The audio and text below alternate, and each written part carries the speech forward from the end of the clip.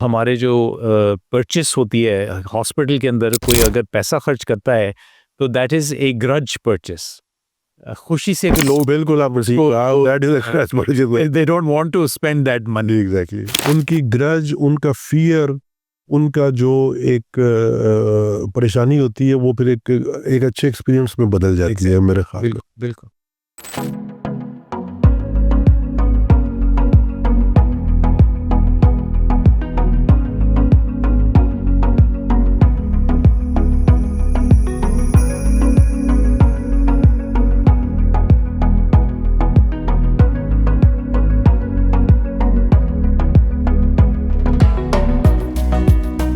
Once again, welcome to the Sohail Aziz show.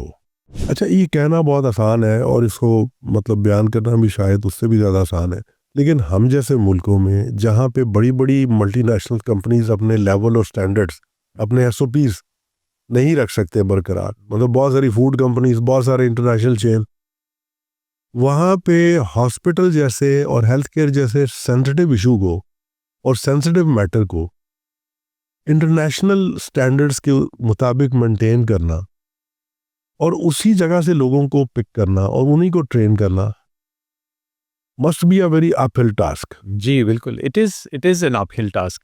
अब अक्सर ये होता है कि ऑर्गेनाइजेशंस क्या करते हैं कि ये टैलेंट को बाहर से फिर इंपोर्ट करते हैं, एक्सपर्ट्स लाते हैं और लोकल जो स्टाफ है या लोकल लोगों को ये मैसेज देते हैं कि you are not good enough और हम बाहर से किसी को लाएंगे और बाहर से हम तो मैंने ये फैसला किया था कि हम ऐसे नहीं करेंगे, हम लोकल टैलेंट को बिल्ड करेंगे।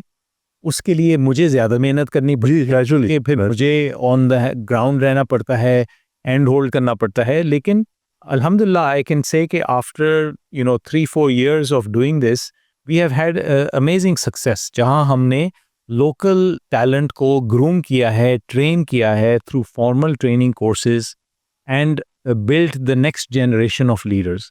सो मेरा जो हॉस्पिटल पाकिस्तान लाहौर में है, Evercare Lahore, it is run by a chief operating officer who's Pakistani. The Evercare Hospital in Lagos, Nigeria is run by a chief operating officer who's Nigerian.